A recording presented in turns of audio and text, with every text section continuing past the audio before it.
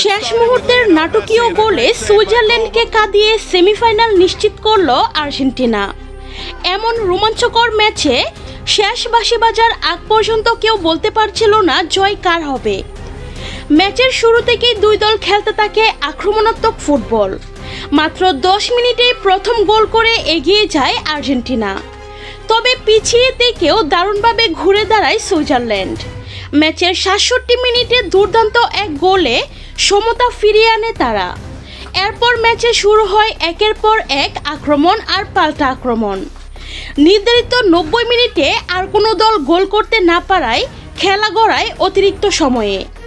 গ্যালারিতে তখন টান টান উত্তেজনা। সবাই অপেক্ষা করছে একটি ভুল কিংবা একটি জাদুকরী মুহূর্তের। অবশেষে সেই মুহূর্ত আসে 112 মিনিটে। ডি বক্সের বাইরে বল পেয়ে কোনো সময় নষ্ট না করে দুর্দান্ত এক শট নেন হুলিয়ান আলভারেজ। আর তার শক্তিশালী শট সরাসরি জড়িয়ে যায় জালে।